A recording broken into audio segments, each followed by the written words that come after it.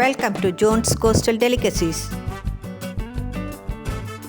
Hello, எல்லாரும் எப்படி இருக்கீங்க? இப்போவே தீபாவளி களை கட்டுது. இன்றைக்கி ஒரு தீபாவளி ஸ்பெஷல் ஸ்வீட்டு. இது நீங்கள் எந்த தீபாவளி ஸ்வீட்ஸ் நீங்கள் பாக்ஸ் ஓப்பன் பண்ணாலும் நடுவில் வெள்ளையாக ஒரு கட்டமாக ஒரு பர்ஃபி மாதிரி இருக்குமே, கலாக்கந்த். அவ்வளோ ஸ்பெஷலான ஸ்வீட் இது. அவ்வளோ டேஸ்டியாக இருக்கும். பார்க்கறதுக்கு இதை வீட்டில் நம்மளால் செய்ய முடியுமான்னு இருக்கும். ஆனால் அது ரொம்ப சிம்பிளாக ஒரு மூணு இன்க்ரீடியண்ட்டை வச்சு இந்த ஸ்வீட்டை உங்களுக்கு இன்றைக்கி நான் செஞ்சு காட்ட போகிறேன். இந்த கலாக்கந்த் ஸ்வீட் அதுவும் இந்த தீபாவளி சீசனில் நீங்கள் கடையில் போய் ஒரு நார்மல் ஸ்வீட் ஸ்டாலில் வாங்கினாலே 600 ருபீஸுக்கு கம்மியாக கிடையாது ஒரு கிலோ. இதை நம்ம ஆனால் வீட்டில் ரொம்ப குறைஞ்ச செலவில் வீட்டில் ரொம்ப ஈஸியாக கிடைக்கக்கூடிய பொருளை வச்சு நம்ம இன்றைக்கி செஞ்சு காட்ட போகிறோம். ஆனால் டேஸ்ட்டில் நோ காம்ப்ரமைஸ், அதே டேஸ்ட்டு உங்களுக்கு கிடைக்கும். போன தீபாவளிக்கு நாங்கள் நிறைய ஸ்வீட்ஸ் இந்த மாதிரி செஞ்சு காட்டியிருக்கோம். அதே மாதிரி இந்த தீபாவளிக்கு சில ஸ்வீட்ஸ் இருக்கும்ல, நம்ம கடையில் பார்ப்போம், இதெல்லாம் நம்ம வீட்டில் செய்ய முடியுமா, ரொம்ப நல்லா இருக்கு அப்படின்னு நினைப்போம். அந்த ஸ்வீட்ஸை வீட்டில் நம்ம ஈஸியாக செய்யலான்றது நிறைய ரெசிபிஸ் போட போகிறோம். அதனால் எங்கள் சேனலை நீங்கள் மிஸ் பண்ணாமல் எங்கள் வீடியோஸை பார்த்துக்கிட்டே இருங்க. இது வரைக்கும் எங்கள் சேனலை நீங்கள் சப்ஸ்கிரைப் பண்ணலன்னா சப்ஸ்கிரைப் பண்ணி பக்கத்தில் இருக்கிற பெல் ஐக்கனையும் கிளிக் பண்ணுங்கள். அப்போ தான் இமீடியட்டாக உங்களுக்கு நோட்டிஃபிகேஷன் வரும். அப்புறம் மறந்துடாதீங்க, இந்த வீடியோ பிடிச்சிருந்தா மறக்காமல் லைக் பண்ணுங்கள், உங்கள் ஃப்ரெண்ட்ஸ் அண்ட் ரிலேட்டிவ்ஸ்க்கும் ஷேர் பண்ணுங்கள். அப்புறம் எப்போதும் சொல்கிற மாதிரி திரும்ப சொல்கிறேன், உங்களுடைய கமெண்ட்ஸை கொடுங்க. ஸோ வியூவர்ஸ், இந்த ராஜஸ்தான் ஸ்பெஷல் தீபாவளி ஸ்வீட் கலக்கலான கலாக்கந்த் எப்படி சிம்பிளாக செய்யலான்னு பார்த்துடலாமா?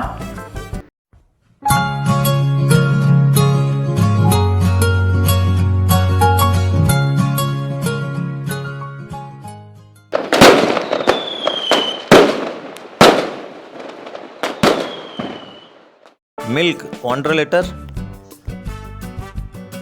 சுகர் 100 கிராம், வினிகர் 2 டீஸ்பூன்,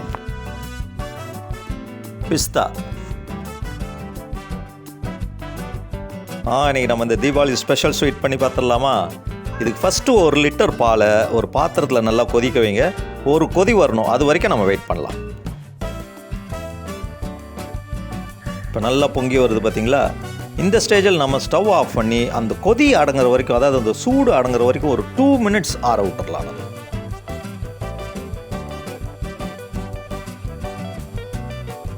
இப்போ நம்ம பாலை தரைய வைக்க போகிறோம். இதுக்கு நான் வினிகர் யூஸ் பண்ணுறேன். வினிகரை நீங்கள் டைரெக்டாக ஊற்றக்கூடாது. அதனால் ஒரு 1/2 கப் தண்ணியில் ஒரு 2 டீஸ்பூன் வினிகரை நல்லா மிக்ஸ் பண்ணி எடுத்துங்க, டைல்யூட் பண்ணி எடுத்துங்க.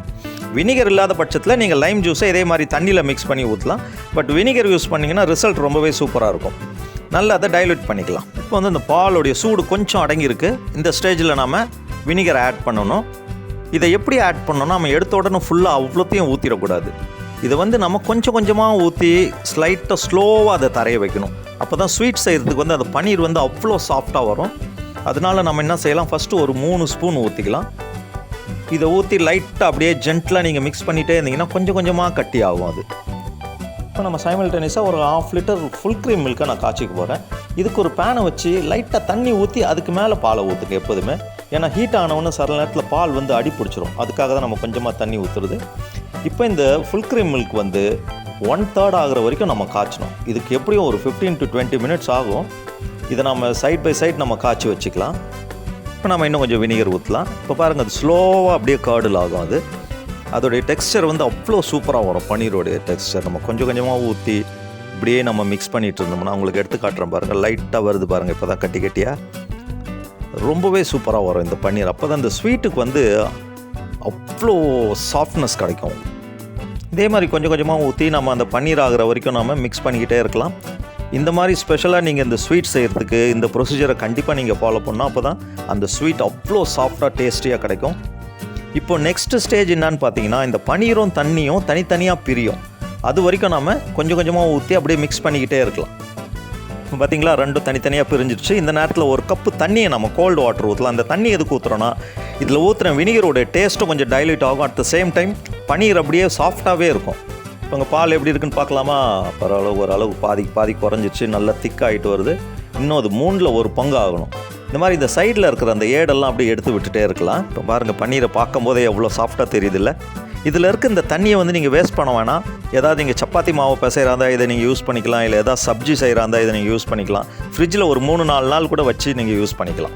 அடுத்தது நம்ம இந்த பன்னீரையும் அந்த தண்ணியும் தனித்தனியாக பிரிக்கணும். இதுக்கு நல்ல ஒரு பெரிய பாத்திரமாகவே எடுத்துங்க. இதில் ஒரு வடிகட்டுறதை வச்சு அதுக்கு மேலே ஒரு துணியை போட்டுக்கலாம்.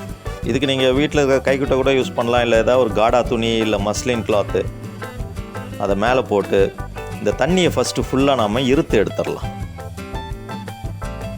இப்போ இந்த தண்ணியெல்லாம் நல்லா இருத்துட்ட பிறகு இந்த பன்னீரையும் இந்த நம்ம துணியிலேயே அப்படியே கொட்டிடலாம். இதை ஏன்னா நம்ம இப்போ நல்லா வாஷ் பண்ணணும்.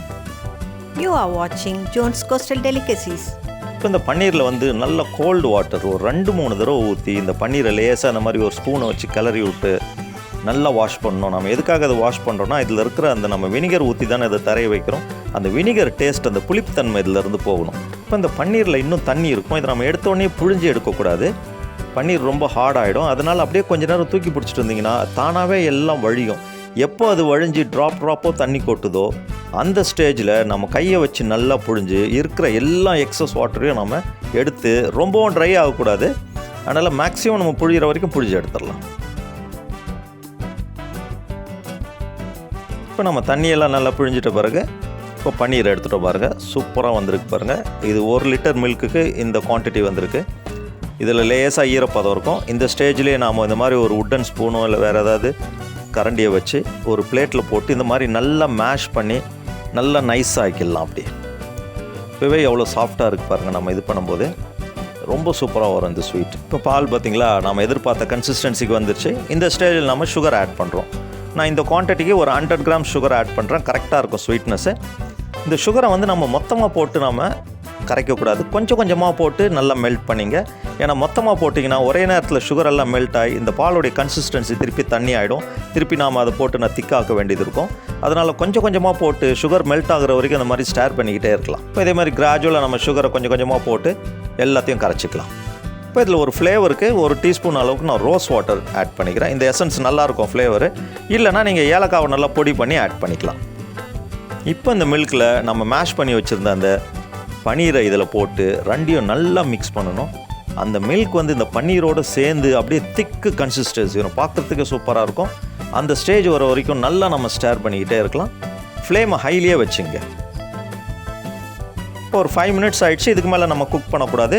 அந்த கலாக்கந்து ஸ்வீட்டுக்கு வேண்டிய கன்சிஸ்டன்சி பக்காவாக வந்துருச்சு. இந்த மில்க்கும் அந்த பன்னீரும் நல்லா பிளெண்ட் ஆகிட்டு இருக்கு. இப்போ நம்ம ஸ்டவ் ஆஃப் பண்ணி இறக்கிடலாம். இப்போ இந்த மாதிரி ஒரு மோல்டு எடுத்துக்கலாம், இல்லைனா ஒரு தட்டு எடுத்துங்க, இல்லைனா எனி சூட்டபிள் பிளேட் அதை மாதிரி எடுத்துக்கிட்டு அதை நல்லா க்ரீஸ் பண்ணிங்க. நெய் இல்லைனா பட்டர் தடவிக்கலாம். இப்போ இந்த ஸ்வீட்டோடைய மிக்சர் எடுத்து அதில் நம்ம ஈவனாக ஸ்ப்ரெட் பண்ண வேண்டியதான். நீங்கள் கடையில் பார்த்துருப்பீங்க அது திக்னஸ் பர்ஃபி மாதிரி இருக்கும். ஆனால் இது பர்ஃபி மாதிரி தான் இருக்குமே தவிர நல்லா சாஃப்டாக தான் இருக்கும். இது வந்து ஹார்ட் ஆகாது. அதனால நல்லா நம்ம ஈவனாக ஸ்ப்ரெட் பண்ணிக்கலாம். உங்களுக்கு எந்த சைஸில் வேணுமோ அந்த மாதிரி நீங்கள் ஸ்ப்ரெட் பண்ணிங்க. இன்னொரு ஸ்டைலில் கூட இதை சர்வ் பண்ணலாம். இந்த தீபாவளி டைமில் நிறைய கிடைக்கும் இந்த மாதிரி மண் பானைகள், சின்ன சின்ன பானையாக இருக்கும். அதில் இந்த மாதிரி நல்லா நீங்கள் ஃபில் பண்ணி வச்சுட்டு யாராவது கெஸ்ட்டு இல்லை வீட்டில் குழந்தைங்களுக்கெல்லாம் கொடுக்குறதா தான் இது ஒரு ஸ்பூனை போட்டு சாப்பிட சொன்னீங்கன்னா அட்டகாசமாக இருக்கும். இந்த மாதிரி எடுத்து நாம் அதை ஃபில் பண்ணிக்கலாம். இப்போ எல்லாத்தையும் நம்ம செட் பண்ணிட்டோம் பாருங்கள். ஃபைனலாக கார்னிஷ் பண்ணுறது கொஞ்சம் பிஸ்தாவை மேலே தூவிக்கிறேன். இன்னொரு டிப்ஸ் கொடுக்குறேன். இந்த பிஸ்தா போடும்போது எப்போதும் யூஸ் பண்ணும்போது இந்த பிஸ்தா ஒரு 10 to 15 மினிட்ஸ் வார்ம் வாட்டரில் ஊற போட்டுருங்க. ஊற போட்டு அப்புறம் நீங்கள் தோலை உரித்து இந்த மாதிரி வெட்டினீங்கன்னா பார்க்குறதுக்கு நல்லா க்ரீனாக ஃப்ரெஷ்ஷாக இருக்கும். ரொம்பவே அட்டகாசமாக இருக்கும். இப்போ இதை நல்லா ஆற விட்டு இந்த ஸ்வீட்டை ஃப்ரிட்ஜில் ஒரு 1 hour வச்சு எடுத்திங்கன்னா கலாக்கந்த் ரெடி. இப்போ 1 hour ஆகிடுச்சு. நான் ஃப்ரிட்ஜிலேருந்து எடுத்துகிட்டேன். அட்டகாசமாக வந்திருக்கு கலாக்கந்த் ஸ்வீட்டு. நான் கடையில் விற்கிற மாதிரி இதை ஸ்கொயராக நான் கட் பண்ணிக்கிறேன். இதை நீங்கள் பார்த்துருப்பீங்க ஸ்வீட் பாக்ஸ்லலாம் ஒவ்வொரு பீஸ் வைப்பானுங்க. நல்லா ஒயிட் கலராக இருக்கும். கடிச்சிங்கன்னா அப்படியே கேக் மாதிரி இருக்கும். ஒரே மில்கிஷாக இருக்கும். செம்ம டேஸ்ட்டாக இருக்கும். இது நீங்கள் நார்மல் ஸ்வீட் ஸ்டாலில் போய் வாங்கினீங்கன்னா கிலோ வந்து 600 ருபீஸுக்கு கம்மி கிடையாது இந்த தீபாவளி டைம்லலாம். நான் இன்றைக்கி யூஸ் பண்ணது வந்து 1.5 லிட்டர் மில்க்கும் ஒரு 100 கிராம் சுகர் தான். ஸ்வீட்டை நான் வே பண்ணி பார்த்ததுல எனக்கு 400 கிராம்ஸோட கொஞ்சம் அதிகமாக இருந்துச்சு. ஜஸ்ட் இமேஜின் பண்ணி பார்த்துங்க. உங்கள் ஃபேமிலிக்கு ஏற்றபடி நீங்கள் குவான்டிட்டி இன்க்ரீஸ் பண்ணி வீட்லேயே செஞ்சு இந்த ஸ்வீட்டை சாப்பிட்டிங்கன்னா நம்ம செஞ்சோம் அப்படின்ட்டு தீபாவளிக்குன்ற ஒரு திருப்தி இருக்கும். அந்த டேஸ்ட்டு அப்படியே கடையில் இருக்கிற மாதிரியே தான் இருக்கும். நீங்கள் செஞ்சு ட்ரை பண்ணி பாருங்கள். யாராவது வந்தால் நீங்கள் கொடுக்கலாம், இல்லை உங்கள் ஃபேமிலி வரைக்கும் சாப்பிட்டுக்கலாம், இல்லை மற்ற வீட்டுக்கெலாம் நீங்கள் டிஸ்ட்ரிபியூட் பண்ணலாம் தீபாவளி டைமில். இப்போ எப்படி வந்திருக்கு பாருங்கள். இது அப்படியே எடுத்து நம்ம சர்வ் பண்ண வேண்டியது தான். ரொம்பவே சூப்பர் டெலிஷியஸாக இருக்கும் இந்த கலாக்கந்த். இது ரொம்ப ஃபேமஸான ஸ்வீட். இது ஒரு ராஜஸ்தான் ஸ்பெஷல். இது இப்போ இதே மாதிரி வச்சு நம்ம எல்லாத்தையும் கட் பண்ணி என்ஜாய் பண்ணலாம் சாப்பிட்டு. இன்னும் இந்த மாதிரி 2-3 நல்ல ஸ்பெஷல் ஸ்வீட்ஸ் உங்களுக்கு செஞ்சு காட்ட போகிறேன். இதை நம்ம வீட்டில் செய்ய முடியுமா அப்படின்னு நீங்கள் நினச்சிருப்பீங்க. அந்த மாதிரி ஸ்வீட்ஸ் எல்லாம் செஞ்சு நம்ம என்ஜாய் பண்ணலாம். எங்கள் வீடியோஸை மிஸ் பண்ணாமல் பார்த்துட்டு இருங்க. இது வரைக்கும் எங்கள் சேனலை சப்ஸ்கிரைப் பண்ணலன்னா சப்ஸ்கிரைப் பண்ணி பக்கத்தில் இருக்கிற அந்த பெல் ஐக்கனையும் கிளிக் பண்ணிங்க. இமீடியட்டாக உங்களுக்கு நோட்டிஃபிகேஷன் வரும். இந்த வீடியோ பிடிச்சிருந்தா லைக் பண்ண மறந்துடாதீங்க. உங்கள் ஃப்ரெண்ட்ஸ் அண்ட் ரிலேட்டிவ்ஸ்க்கும் ஷேர் பண்ணுங்கள். இன்னொரு சூப்பர் டிஷ்ஷோட உங்களை மீட் பண்ணுறேன். Until then, good day. Thanks for watching.